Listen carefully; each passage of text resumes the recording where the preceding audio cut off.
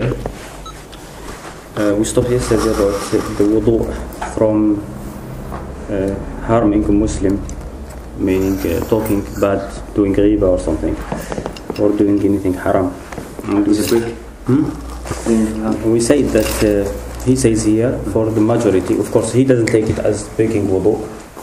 He says, but those who are who say that when the Sahaba say something and there is no different opinion from amongst them, then that is ijma'. He said, where are these people? Here it's Aisha ibn Mas'ud and ibn Abbas who have said this, and there is no other Sahabi who said the opposite. So he says that they should take it. He says, وَأَمَّا نَحْنُ فَلَا حُجَّةَ عِنْدَنَا إِلَّا فِي مَا صَحَّ عَنْ رَسُولِ اللَّهِ مِنْ الْقُرْآنِ وَالْخَبَرِ. For us is only what is sahih from the Prophet, either Quran or Hadith. Okay? Now that is, he doesn't see that there is any Hadith that says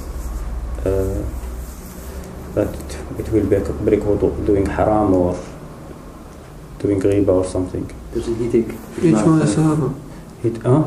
Doesn't he take the Ijma' al-Sahaba? They take Ijma' al-Sahaba, but they have here three Sahaba saying something. Ijma' Sukuti. Well, that Ijma' Sukuti, but he doesn't take the Ijma' Sukuti. Ijma' Sukuti, even the people who take it, even people who take Ijma' differ in Ijma' Sukuti.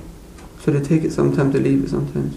No, it's not they take it sometimes, or everybody takes something sometimes and leave it sometimes, really, in a way.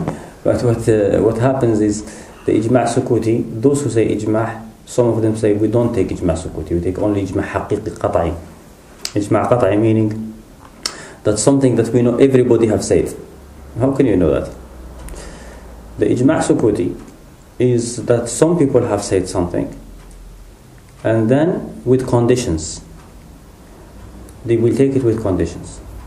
Ijma' Sukuti is taken with this condition that enough time is given to reach everybody, so everybody will hear about it. And then over a period of time. Yes, you have to wait a period of time then to know that everybody have heard about it. Now, this also you have to, even though they don't say all we agree, but nobody should show any sign of disagreement. If there is a signs of disagreement, and then it's not ijma' anymore. You understand? This is Ijma' Sukuti. This is Ijma' Sukuti. They accept these conditions, even those who take Ijma' Sukuti. There are some who say we don't take Ijma' Sukuti at all, because لا ينسب إلى ساكت القول. This is qaida that they say you can't attribute a saying to someone who is not talking. He didn't say anything, you can't say he said it.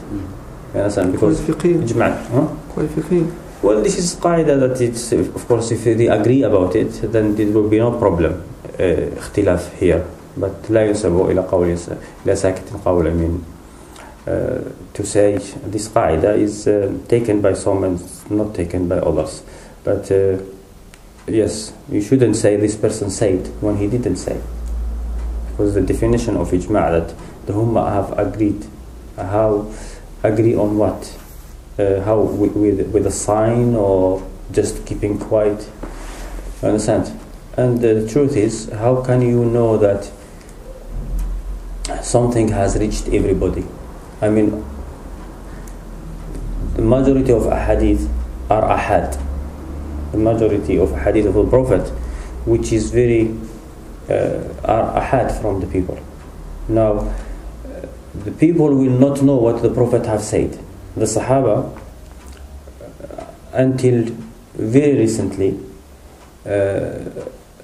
people didn't have books. I mean, not very recently. Okay, let's say when the hadith was collected in the books, people knew, everybody was within reach. He can go and get hadith. But the majority of the Sahaba didn't hear. Like every Sahabi had his own collection of hadith. They didn't know. That others will not know. And people, there is more interest in people talking about this hadith rather than people going to Kufa telling Ibn Mas'ud what Umar ibn Khattab is saying in Medina, or going to Madain and telling Hudayfa what Umar is saying in Medina. You understand? If people don't say what the Prophet have said in Medina between themselves, the Prophet will say something in the mosque, and then some Sahaba will not know it. Later, long after the death of the Prophet, 40 years, 50 years later, the Sahaba are still having khilaf, having different opinions about some very important matters, about what is forbidden for marriage, something that happens every day. What breaks the wudu, something that you need to do every day. Something like ghusl. You understand? These matters, people in Medina, after the death of Prophet, didn't know about them. From the hadith we know that they gather, and so if they have not discussed things like this, how can you say that, okay, Umar ibn Khattab told, and this is very important matter as well, I'm just giving you the most important matter now. How can you say that the people, when Umar ibn Khattab gave people 3 days to elect Khalifa, that this news have reached the Sahaba? Okay, definitely by the time they will know that there is a Khalifa. Umar died and now it's Uthman ruling. How did he come to become the Khalifa? Whether it took 3 days, whether it took... it's not something that people will be interested in telling others. You understand? So let's go back from this ijma'. So here, for those who say ijma' sukuti, that is ijma' sukuti here. Aisha, Ibn Mas'ud and Ibn Abbas. We spoke about this yesterday. Okay. Second thing is what he mentioned, that touching of the salib, touching of a cross or touching of an idol. He said, we narrated from Abd al-Razzaq, from Sufyan bin Uyayna, from Ammar al-Duhni, from Abi Umar al-Shaybani, that Ali bin Abi Talib asked al-Mustawrid al-Ijli to become an apostate, to go back to Islam. And Ali bin Abi Talib touched the he had like something on his neck, a cross. So Ali bin Abi Talib touched it with his hand. So when he started the prayer, he made a man go forward. First he started the prayer, and then he made a man go forward, and he went, did wudu and come back. So this, the fact that he already started the prayer, it looks like he sees it as breaking the wudu. And then after that he said he didn't do that because of hadath, but he did it because he touched this dirt and he liked to do wudu. The fact that he said I liked to do wudu doesn't mean that it doesn't consider it to be an obligation. And it doesn't show that he considers it to be an obligation. Maybe he has doubt or something. Of course, he will say what he thinks about this hadith. The other hadith is, he said, and another hadith from Ya'la ibn Ubayd, from Salih ibn Hayyan, from Bani Burayda, from his father, that the Prophet ordered Burayda when he touched an idol to do wudu. Now Ibn Hazm says Salih ibn Hayyan ضعيف لا يحتج به. The second hadith of Ibn Burayda, of Burayda ibn Hasib. This hadith is clearly ضعيف because Salih ibn Hayyan is unanimously ضعيف. He said وَلَقَدْ كَانَ يَلْزَمُ مَنْ يُعَظِّمُ خِلَافَ الصَّاحِبِ وَيَرَى الْأَخْذ بِالْآثَارِ الْوَاهِيَةِ مثله. He said, for those who say we shouldn't go against the Sahaba, contradict the Sahaba, and those who take the hadith which are weak, they should take this hadith. Sorry, was there a full isnad for that hadith? What? Was there a full isnad for that hadith? Well, he said we narrated from Ya'la ibn Ubayd, from Salih ibn Hayyan. This hadith is in Abi Shayba, Musannaf. Okay. Yeah, the thing is, he will narrate the hadith from where it is important if the core of the hadith, then later it is narrated by many people, so you don't. He said this hadith is better than many hadith that they take. So he doesn't say that you have to do wudu from touching the idol or a cross, but he is using it like against the people who say, like many people will say, since this hadith of Ibn Burayda, Salih ibn Hayyan is da'if, but there is nothing to contradict, to say the opposite, so we will take it. And the hadith of Ali ibn Abi Talib, which is the narration of Abd al-Razzaq from Sufyan bin Uyayna, from Ammar al-Duhni, from Abi Amr al-Shaybani. This hadith should be fine, because everybody here is known and known to be trustworthy. Mudallis? Who? Sufyan bin Uyayna. Sufyan bin Uyayna, Ibn Hibban say he is mudallis, but he says he is mudallis from, he says his tadlis is very few, and he doesn't do except tadlis, what we call tadlis from thiqat, meaning whenever he is stopped and he was asked who did you hear this hadith from, and it's only one narration of Ali ibn Khashram, when he asked him about something, and he said, did you hear this hadith yourself? He said no. So Ibn Hazm says you don't have to do wudu. Yeah. In all cases, I mean, we are talking about this, we are talking about what we call ilzam. The people who say this hadith, I mean, according to the four madhahib, this hadith will have no problem. You understand? If they say this hadith has problem, then many hadith that they take are worse than this. You understand?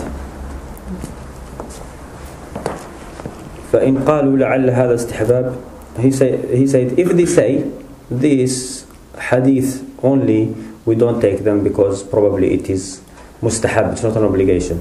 We say this, everything that, every hadith then that came from the Prophet maybe is istihbab only. He said, as for the ridda, someone who apostates from Islam, the Muslim who does wudu and does ghusl for janaba,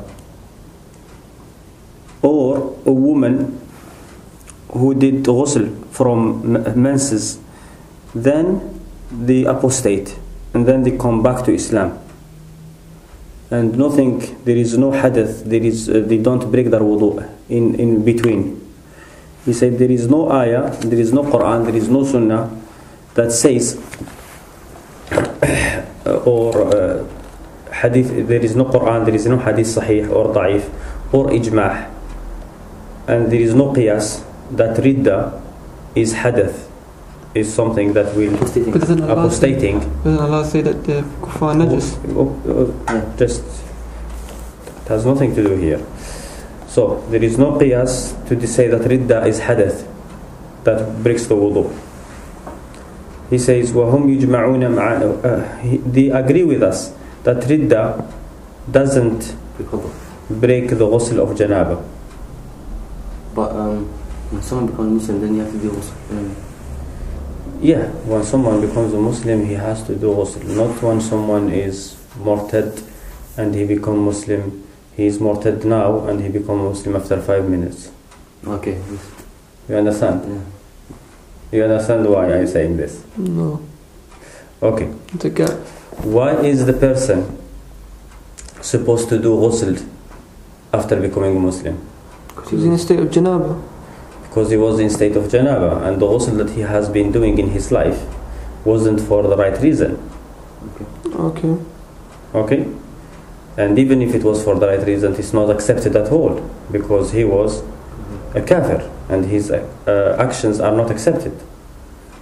We don't say there is ghusl, there is no ghusl for becoming a Muslim. There is no hadith sahih that says there is ghusl for becoming a Muslim. But when a person, if he is not a child, becomes a Muslim, we say you have to do ghusl. For what? For the janaba that you had before. Because if he is an adult, then he has janaba definitely. Okay.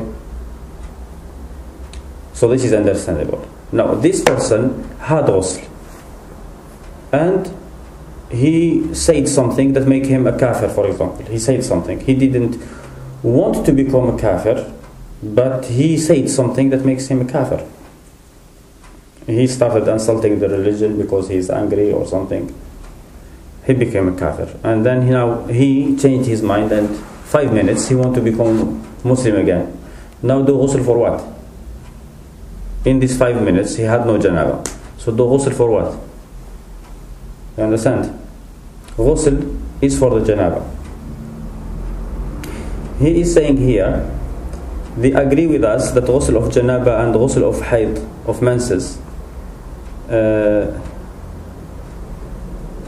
they agree with us that every ghusl that he has done before, every ghusl that she has done before, for everything that manumitting the slaves, and the giving the charities that he has given, all these are still valid. Like when he become Muslim, or when he apostate, we don't say, oh, what you have given before, you take it back. Or the slaves that you have freed, they become slaves again. He says, فَأَيْنَ وَقَعَ لَهُمْ, from where they got that his wudu is broken. And there are people who do qiyas. Shouldn't they do qiyas, the wudu on the ghusl? So the qiyas here will be more accurate. He said, if they mention this ayah, لَإِنْ أَشْرَكْتَ لَيَحْبَطَنَّ عَمَلُكَ وَلَتَكُونَنَّ مِنَ الْخَاسِرِينَ. If they mention this ayah, if you commit shirk, your action, your deeds will perish, will become invalid. لَيَحْبَطَنَّ عَمَلُكَ وَلَتَكُونَنَّ, and then you will be from the losers. We say that this is for a person who becomes a kafir, not for someone who come back to Islam. His dalil for that, he said, this is explained by another ayah, وَمَن يَرْتَدَّ مِنْكُمْ عَنْ دِينِهِ فَيَمُتْ وَهُوَ كَافِرٌ فَأُولَٰئِكَ حَبَطَتْ أَعْمَالُهُم. Whoever apostates from his religion and dies on the while he is a kafir, then his deeds are perished. And he says, and the saying of Allah at the end of that first ayah, where he says, وَلَتَكُونَنَّ مِنَ الْخَاسِرِينَ, then you will be among the losers. He said, clear evidence to support what we are saying. Because there is no difference between any one of the ummah. If someone apostate then comes back to Islam and he dies while a Muslim, then he is not from the losers, but from the people who will benefit. The loser is only someone who dies while he is kafir. So here about the ridda, there is different opinions about the ridda, apostating, whether it breaks the wudu, someone has wudu, whether its wudu is broken or not. If someone has done hajj, for example, and then he apostates and then become Muslim, would he does he need to do hajj again? I mean, fasting, salah, ghusl of janaba, this is something bit different. You understand? But the hajj, for example, he must do hajj in his life, one hajj in his life. Has no timing. So if his hajj is invalid, then he must do hajj again. But if you say the prayer is invalid, okay, his prayer is invalid, but that time is gone now. It's about what will happen in the future.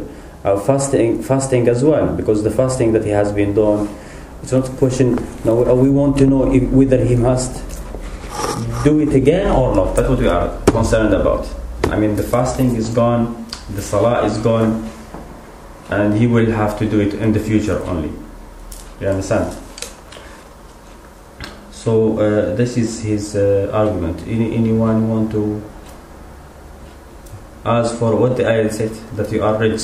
he is kafir, he is rich. What has this to do when he becomes Muslim? We are not discussing him instead when he is a kafir. We are saying when he become to Islam. No, I'm saying it could be without the other evidence you brought of the person doing ghusl because he was in a state of janaba. Someone could, that's a reasonable reason to say, well, if a kafir is najis, then doesn't being impure, does that mean, I'm asking the question, does that mean that breaks your wudu? Because can an impure being do wudu? He is impure. Now he became Muslim, he is pure. Alhamdulillah, I have no problem with that. I'm saying when he was impure for a state. But does that wudu finish? Do you understand? I wanted to know that, but then that answered my question, the latter part of his talk. He is impure because he is najis. And so when he comes back, does he need to do wudu because he was impure? No, he became pure automatically. The wudu is not from the hadath, is not to take any najasa, is it? Either you say that najasa here is hissiya or ma'nawiyya, you know what? Physical or just or not physical. You know what? Hissiya and ma'nawiyya, you know what's the meaning of it? Ma'nawiyya means meaning. Yeah. Understand? Yeah. No. When we say najasa hissiya and ma'nawiyya, there is different opinions that kafir, is he najis, hissi or ma'nawi? It's mean if he najis literally or physically. Oh, okay. You understand? Like physically, spiritually or spiritually. Yeah, this is what. But we just say najis. Yeah, we say it's najis. He is najis. Yeah. Meaning, if the majority goes Spiritual. that he is spiritual. They say because His tawheed is not wrong. no, the kafir. Yeah, that's what I'm saying. Yeah, they say So they say his religion is najis, not him physically. They say Allah has ordered us, given us permission to marry the Christian woman, and so you say it will be difficult for a man to like having like every time he touch her. Or we don't say that touching najis will make you najis. Understand? As long as you don't have anything from her staying in, if you don't have her spit or her sweat in your hand, for example, that you need to clean. Why? Because it's dirty. She is dirty, therefore everything from her body is dirty. She's part of the dirt. You see a swine. If you have saliva from swine in your hand, will you wash it? You have to. I wash it. Why? Because I don't like the pig. No, but a swine, you have to. It's not because you don't like it. the whole pig is. The pig is. I understand. Yeah, you don't come and say, oh, the swine is haram and is najis, but except the hair, or except the saliva, or except the blood, or except no. Every time you say except, the other person will say except this. Everything in the pig is dirty because it is dirty. فإنه رجس. So when you touch a kafir, Yeah. you're not unless you see something dirty. Of course. Yeah. Now, if you are She it's drops her hair on you. hot day, and he is sweating, you shake hand, you go and wash your hand. Although undo wudu. No, why do you wudu? Is it hadath? So you have najis in your hand. I mean, if you take in your hand the dirtiest thing, why do you have to do wudu? Wudu is for hadath. It's not for touching something in najasa. So if you want to wash your hand and you would have some hair of her on your body, like you have to take it. Let's say you don't know. Yeah. I'm talking about instance you don't know. Yeah, you don't know. Then that doesn't affect your salah in any way. If you pray with carrying the all dirt of the world on your body, not knowing, there is a difference between condition and obligation. Now, it is a condition to pray with wudu. No, it is a condition to pray with wudu. But it is not condition in that way to pray with clean wudu clothes. Well, it is an obligation. It is an obligation to pray with clean wudu clothes. وَثِيَابَكَ فَطَهِّرْ. If you have to have your clothes clean outside the prayer, that you have to have your clothes clean inside the prayer, because you have to have clean clothes all the time, including prayer. That is not not condition. The condition is what makes a thing a condition. The thing which something allows you to hadith like the hadith that says Allah will not accept the prayer. Without this hadith, the ayah that says يا الذين آمنوا لا تقربوا الصلاة وأنتم سكارى يا الذين آمنوا إذا قمتم إلى الصلاة فاغسلوا وجوهكم, the ayah that says this doesn't make wudu condition. If you stand up to the prayer, wash your faces and your hands to the elbows, and this ayah doesn't make it an obligation. Doesn't make it an obligation. So if you forget or you do it unintentionally, then it will be fine. But because the Prophet said Allah will not accept the prayer of someone who has, that what made it condition. But he didn't say Allah will not accept the prayer of someone whose clothes is dirty or body is dirty. Having dirt on your body doesn't break your wudu. You just wash the area where there is the dirt, that's all. And therefore, this kafir who was najis and became a Muslim, now the Ridda here, according to Ibn Hazm, will not. Now you have to remember that I am talking what Ibn Hazm is saying. Yeah, no. Yeah, I am not. I'm not giving you the right opinion or not, because Ridda, for me, is something that you have to do wudu from. Okay. Oh. I assumed you were arguing so hard for it. You're arguing for it. You were arguing for it. No. You should make that clear, isn't it? Now, why do you have... Why? Some idraj with it. There is no idraj. If you tell me what is your proof. Yeah. If you tell me what is it. Yeah, I want to know. No, we're going to run it for like 5 minutes. You could at least said, I don't agree with it, but this is his proof. You're fooling me by making me think as if you hold it, because you get upset. This is my proof for it. This is my proof. Is the question of that the Prophet says Al-Madinah. That was some deception. The Madinah is haram from here to here, from this place to this place. من عير إلى ثور. من أحدث فيها حدثا. Look at this hadith about the Prophet. لا يقبل الله صلاة من أحدث. Allah will not accept the prayer of someone who has done hadath until he prays, until he does wudu. Now, the Prophet said the Medina is so and so from this a sacred place, from this place to this place. Whoever commit in it hadath. This is hadath here is not only here, definitely not the hadath meaning using the toilet. So, using hadath is the kufr here. And doing anything which is haram, a big major sin, like for example going against the Khalifa or going against the Muslims, or this is hadath, a big sin. من أحدث فيها حدثا أو آوى محدثا, or he gives shelter to a muhdith, فعليه لعنة الله والملائكة والناس أجمعين. So the Prophet calling doing haram, big haram, or any of the 7 any haram, any like major sin, or you understand? Yeah, that is definitely hadith. But here we are talking about a big sin. Yeah. So this عليه لعنة الله والملائكة in Medina, it's sacred. You have to observe this. Remember that when you are in Medina, you have to refrain. You know the صغائر الصغائر. Allah subhanahu wa ta'ala says, إن تجتنبوا كبائر ما تنهون عنه. If you keep away from the major sins, نكفر عنكم سيئاتكم. Allah will forgive you your sins. So the small ones will automatically. So we don't talk about them. Something that Allah will does forgive. You understand? Just like that. You don't have to ask for forgiveness. No, just like that.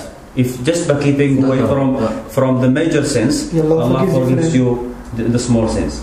Now, if the big sins are what we call hadath, and the Prophet said that Allah will not accept the prayer of someone who has done hadath until he does wudu. What is hadath more than apostating from the religion? Okay. Was that hadith in Bukhari? Yes. Which chapter? And Muslim. The books of Maghazi, the books of Fada'il Medina as well. Fada'il Medina. Where did the hadith from here to here? No, the Prophet it's not the whole Medina is haram. The Medina is haram from Ayr. There is a place called Ayr to Thawr. Thawr is another place. You understand? So not the whole Medina is haram. You understand? Part of it. We are not concerned now here about Medina being haram or not. We are concerned about the word hadath. What does it mean? Hadath doesn't only mean in religion only using the toilet or something. Big sin, yeah. Big sin is a hadath. We've established that kufr can break your wudu. I didn't say before that I did. But the thing is that he was reading what Ibn Hazm said. But he believed another point. Okay. So he didn't make it clear. Okay. وَأَمَّا الدَّمُ الظَّاهِرُ. As for the blood that comes from the private part of a woman who is hamil, who is pregnant, and the people have different opinion about it. We narrated from Alqama, from Aisha al-Mu'minin, that the hamil, a woman who is pregnant, can have hayd, menses. And this is the saying of Zuhri and Akrima and Qatada and Bakr ibn Abdullah al-Muzani and Rabi'a, Malik, Layth, Shafi'i. We narrated from Sa'id ibn Musayyib and Al-Hasan and Hammad ibn Abi Sulaiman that she is mustahaba, that this is blood from the vein, and she is not a woman in her menses. They say the woman in her menses, it's not possible that a woman could be pregnant and could be in her menses as well. So we narrated this also from Malik, that he said that a woman, pregnant woman, sees the blood, that she shouldn't pray, except that if that stays for a long time, then she should take ghusl and pray. But he never said what is very long time.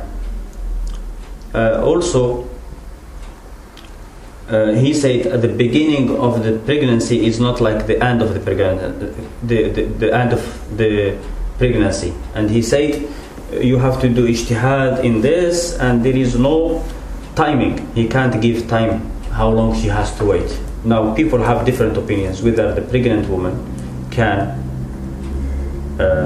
do wudu or not. You understand? Can have menses or not. Pregnant woman can have menses or not. With the majority saying it's not possible for a woman to have menses. They say why she is pregnant. They say because this is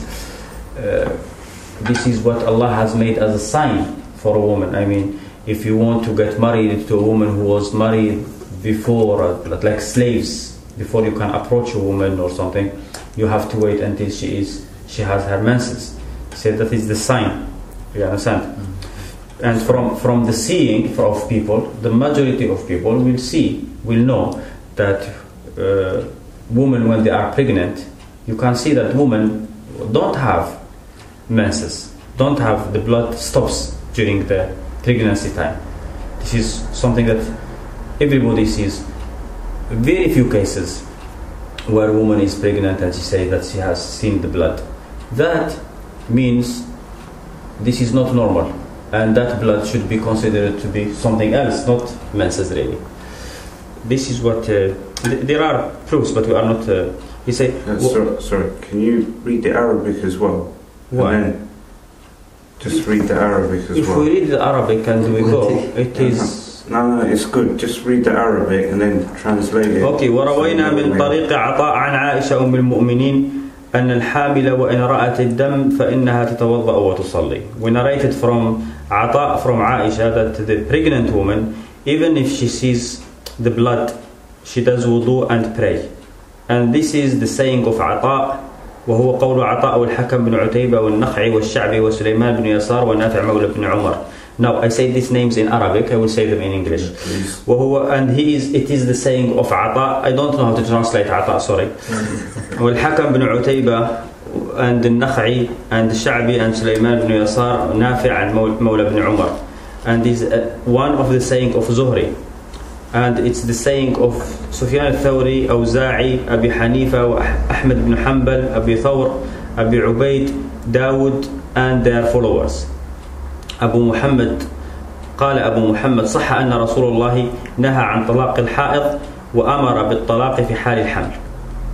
Ibn Hazm says it is known, it is sahih, hadith sahih, that the Prophet has forbidden the divorce of a woman who is in her menses, and he ordered to a divorce of a woman when she is pregnant.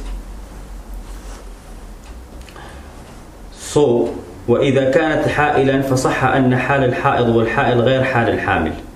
وقد اتفق المخالفون لنا على أن ظهور الحيض استبراء وبراءة من الحمل. He said, either if the woman who is not pregnant, so it is clear that a woman who is pregnant, who is in her menses, a woman who is in her menses, and the woman who is not pregnant, a woman in her menses and the woman who is not pregnant is different from a woman who is pregnant. Okay. Because the Prophet ordered the Sahabi to divorce a woman when she is clean, whether she is pregnant or not, but not when she is pregnant, when she is in her menses. Yeah. So he said, everybody from the people who opposes our saying say that the seeing of the menses, that is proof that this woman is not pregnant. This is the proof that they use to say that a woman is not pregnant. I mean, if someone bought slave, it is almost, if you want to call it ijma', we don't know anyone contradicting this, that the person, if the woman, when you buy her from her master, who has been with her like a wife, then you have to wait until she is pregnant. Now until she sees the menses. Sorry, yeah, these words are all the same. So until she sees the menses. So they say they agree with us that menses are something that contradict pregnancy. So two things that don't gather in the same time. He said that is, if it was possible that a woman in her pregnancy will have menses, then having menses will not be a clear sign that she is not pregnant. And this is very clear. That's what he says. So, does she blood? If a woman has blood. So, before, when blood just comes out from a vein, yeah, it could just be that. Well, that is the thing. If a woman is found to be really pregnant, I mean, a woman, she can see that she is pregnant, and then there is blood. Then it's obviously the vein. Now we say, no, this is something different. This is not haid. So it shouldn't be treated as haid because she is pregnant. You understand? And these two things shouldn't gather in one time. He said, and since it is not menses and it is not a vein of istihada, according to him, you know why he says this? Why? Because he says vein of istihada can't be by itself. It has to be with the hayd. It has to be straight away after. You remember what we said this before? He said, if the woman sees blood and not directly after the menses, then that is not istihada. That's what he says. And what is it? It's blood. That's what he says. He will say this is blood. This is an injury or something. Okay. You understand? Illness. Defect. Illness. Well, he used this hadith. I mentioned this before. I said he uses this hadith of Hamna bint Jahsh, that the Prophet said, she said, I إني أستحاض فلا أطهر. I get this istihada, I am never clean. He said إنما ذلك عرق ليس ذلك بالحيض. That is not menses, that is just a vein. فإذا ذهبت الحيض, when the haid is finished, then do clean the blood. So he is saying here, the Prophet spoke with the woman, he mentioned the haid with istihada, so they have to be the same. You see, he said when the blood stops of the haid, then clean your blood and then do wudu and pray. So he can't think about them being divided apart. See, in Bulugh al-Maram they got it in brackets. I don't know what brackets or not brackets. What I'm saying. No, hang on. It says clean the blood. Yeah. In brackets. Yeah. They've got do ghusl. Yeah, that is do ghusl. The narration, there are some narrations clean the ghusl, clean the blood. In some narrations say do ghusl. Okay. This is the hadith, how it says. Whether Allah subhanahu wa ta'ala says فَإِذَا when they clean themselves. Now clean the blood and doing ghusl, it is same narration of Hisham ibn Urwa from his father from Aisha. According to Ibn Hazm, the blood that comes at the time when there is no menses, it can't be istihada, and that is wrong. It has nothing, there is nothing in the hadith to indicate that. Any blood that comes out, and his understanding here came because he established from nowhere, if you remember, he didn't mention any hadith.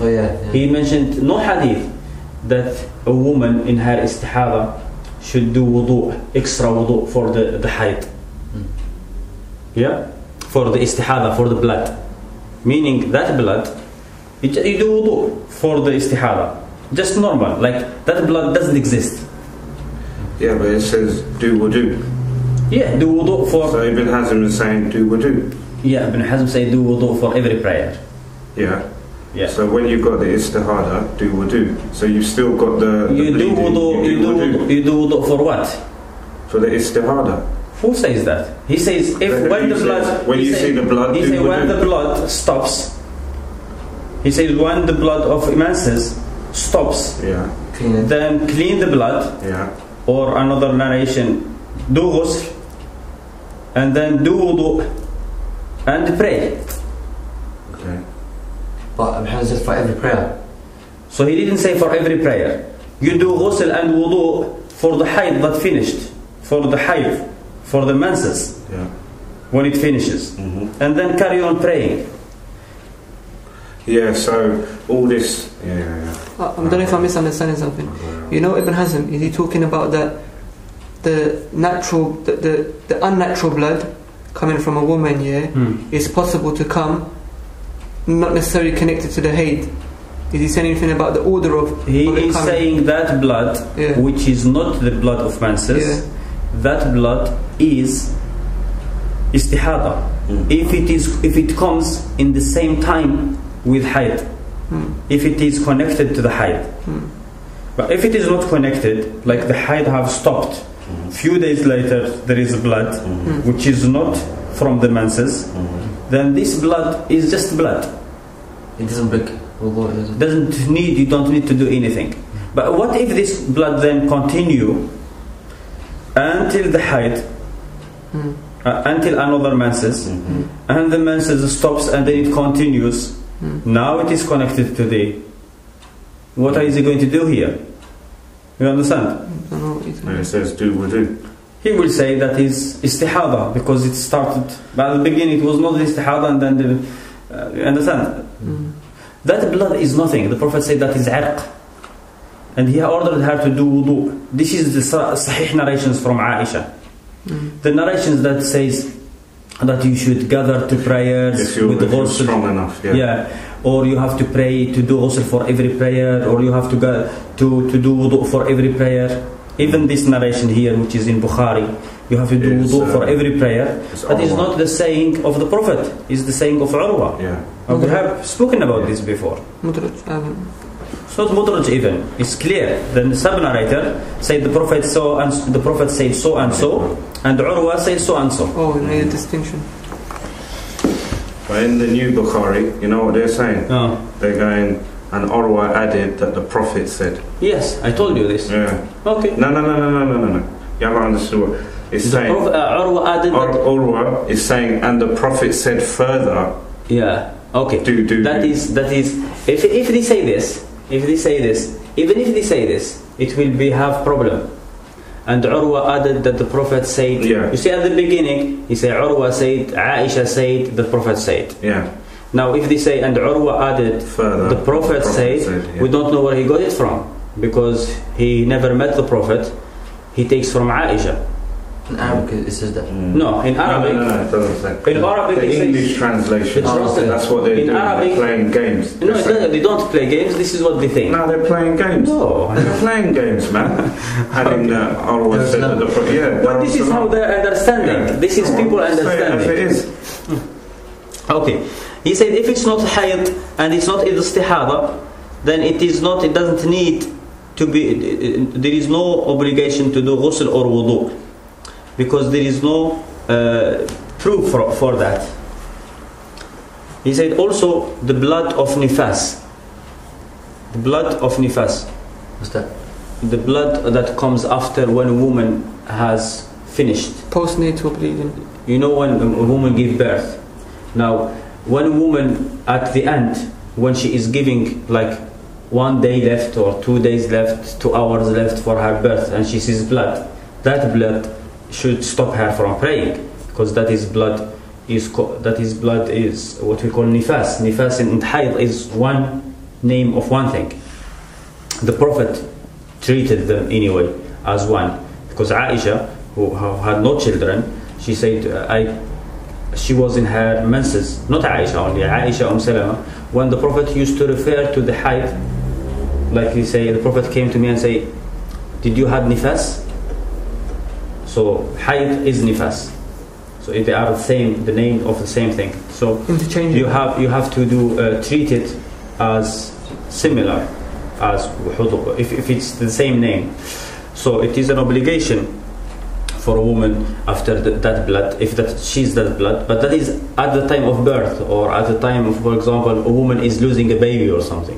You understand? But not while in pregnancy, not 5 months before pregnancy, and that blood should continue until she gives birth. That is the blood that she should stop. And after birth as well, isn't it? Yeah, and after birth doesn't have no timing, of course. I was wondering about the miscarriage. You know, you said about the miscarriage. Yeah. Is that just for while that period lasts and then stops? Because when a woman has a baby, a proper baby, yeah. I don't know the I don't know about this. When a woman loses a baby, it's the same thing, the same blood. As a normal, as a pregnancy. The blood of nifas. Oh, okay. Okay. He said also about the same saying regarding the slaughter and killing. Even though it is a ma'siyah, a sin. We have some Arabic. He says, وَكَذَلِكَ الْقَوْلُ فِي الذِّبْحِ وَالْقَتْلِ وَإِنْ كَانَ مَعْصِيَةً. Also, saying regarding the slaughtering and the killing, even though it is a ma'siyah, فإن كل ذلك لا ينقض الطهارة لأنه all of that doesn't break the tahara, the wudu. He said, because there is no proof from Quran and Sunnah. So we said about ma'siyah. What kind of ma'siyah? Hadath is a major. Of course, the small ones are forgiven anyway. By avoiding the big ones. Yeah, and wudu is something that you see the hadith that says that if someone prays and then he sits in his spot, and that Allah, the malaika will. The malaika will pray over him as long as he doesn't do hadith. ما لم يحدث. Would you say what thing will stop the malaika from praying over him? Is it just breaking his wudu? Will you say if he is sitting in his place, backbiting Muslims, cursing Muslims, or from his spot there he shoots someone, or he changed the religion, will the malaika keep praying over him? So all the things that you can think that will, all these things will stop the malaika praying over him. That is because all these things comes under hadath. If he breaks with wudu, he might have to leave and go and do it again, isn't it? Yeah, and so if he does these things, no. But as long as he is in this place, okay. If he doesn't move from that place, if he's still in that place, the only way that the malaika will pray, as long as he doesn't do haram, he doesn't break his wudu and he doesn't do haram. Yeah, we have to take both of them. So haram will definitely. So meaning the haram here is hadath. You understand? So ma'siyah, when he says the ma'siyah will not break the wudu, that is, he didn't bring any proof here. He said also whoever who touches a woman on the clothes, because he touched the clothes, not the woman, or touches another man, not in his private parts, and woman touching another woman, not in the private part as well. وَالتَّذَكُّرُ and thinking like something, thinking about a woman, or having noise from your stomach in the salah. ومس الإبط ونتفه ومس الأنثيين والرفغين وقص الشعر والأظفار. He said also the touching of the armpits and cutting of the nail, shaving the armpits and touching anybody in the next to the private areas, but yes. You see, just to say, if a woman accidentally touches another woman in her private area, there's nothing to say that breaks her wudu. Well, even a woman touching her private area. That's what I mean. I mean, a woman's area doesn't break the wudu. Yeah. Only the man's area was specified. No, even a man touching someone else doesn't break wudu. Another man. The hadith is clear. His own one. Yeah, his own private part. Yeah. He said also قص الشعر والأظفار. I mean, because why we say this? Because the same name goes for everybody, old or small. Like you say, for example, the Salafis who take for example, the Ibn Baz and the Uthaymin and Jibreen, and who take this hadith to be sahih about someone touching his private part, because they do the qiyas and stuff. They say if someone, like a woman touching a baby, her son, when she is cleaning her son, for example, if she touches him, then her wudu is broken, she has to do wudu again. But there is no hadith regarding that. The hadith is clear. The hadith is clear. من مس ذكره فليتوضأ. Whoever touches his own dhakar, he should do wudu. That's the Sahih hadith. This is the hadith. And any other narration, there is a narration that says that the Prophet has ordered, it's not the saying of the Prophet, wudu from touching of private parts. Now this hadith, will make it general for someone touching someone else, a woman, everybody, because the word even here, instead of dhakar, it becomes farj. But this is the dangerous about narrations with the meaning, rather than saying exactly what the Prophet said. So the hadith about Marwan ibn that is stones. No, it's not playing. While he's waiting for the hadith of Marwan ibn Hakam, that is of Busra bint Safwan. That hadith, it says, and Ibn Hazm take it from that narration. For Ibn Hazm, different narrations doesn't matter. Naha, he has forbidden. No, he'll take all the meanings. You understand? So you're saying that hadith sahih, Hadith is sahih. Well, there is nothing wrong with it. What's wrong with it?